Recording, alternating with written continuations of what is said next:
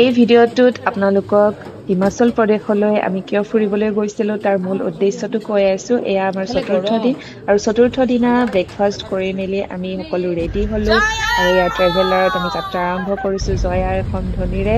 আৰু আমি গৈ আছিলোঁ ট্ৰেক এটা কৰিবৰ কাৰণে। আমাৰ কাৰণে বহুত চেলেঞ্জিং আছিলে এই ট্ৰেকটো আৰু 14,000 ফিট আমি বগাবলৈ গৈ আছোঁ, পাহাৰ বগাবলৈ। আৰু এই ট্ৰেকটোৰ নাম হৈছে হামটা পাছ ট্ৰেক। আমি কুল্লু ভেলীৰ পৰা স্পিতি ভেলী ওলামগৈ এই পাছটোৰে। এতিয়া আমি মানালীৰ পৰা কিছু দূৰত জব্ৰা নামৰ ঠাইটোত আছো আৰু আমাক গাইডে ধুনীয়াকৈ ব্ৰিফিং কৰি আছে। स्लिपरी रास्ता आएगा, ठीक है, ध्यान से ओवरटेक करते हुए ध्यान देना, एक दूसरे को धक्का नहीं देना है। ব্ৰিফিং হৈ যোৱাৰ পাছত আমি এনেদৰে লাইন পাতি সকলো থিয় হ'লো আৰু লাইনতে আমাক ট্ৰেকটো কৰিবলৈ কোৱা হৈছিলে।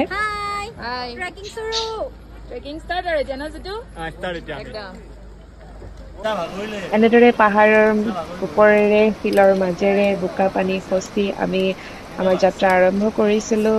আজিৰ যাত্ৰাটো আমাৰ 2-3 ঘণ্টাৰ আছিলে আৰু এই যাত্ৰাটো কৰি আমি গৈ পালোঁ হাফৱেত ৰখি কিছুমানে চাহ খাইছে, আমি জিৰণি লৈছোঁ।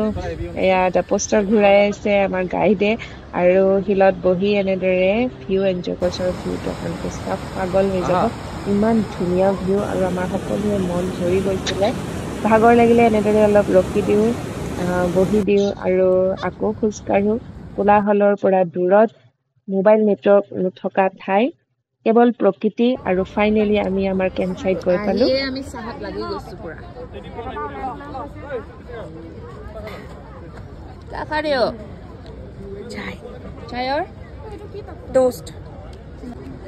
এয়া এইটো আমাৰ কেম্প চাইটৰ পাকঘৰ হয়, চাওকচোন কি ধুনীয়া কজি এটা পাকঘৰ। আৰু এয়া বাহিৰৰ দৃশ্য আপোনালোকক দেখুৱাইছোঁ কেম্প চাইটৰ। গাইডে আমাক এপ্ৰিচিয়েট কৰিছিলে ফাৰ্ষ্ট ডে ট্ৰেকটো কমপ্লিট কৰাৰ কাৰণে। এডভেঞ্চাৰ ট্ৰেকত অহাৰ এই মজা, এনেদৰে কেম্প চাইটত থাকিব লাগে আৰু সকলোৱে লগ লাগি ইটো সিটো কেয়াৰ কৰিব লাগে। আৰু 7:30 বজাত আমাক ডিনাৰো দি দিলে। তেতিয়া পোহৰে হৈ আছিল, আমাৰ অসমত 7:30 বজাততো ৰাতিয়ে হৈ যায়, তাতে পোহৰে হৈ আছিলে আৰু পোহৰে থাকোঁতে আমাক ডিনাৰখিনি দি তেওঁলোকে আজৰি হৈছিল। আৰু এয়া ৰাতিৰ পৰিৱেশ।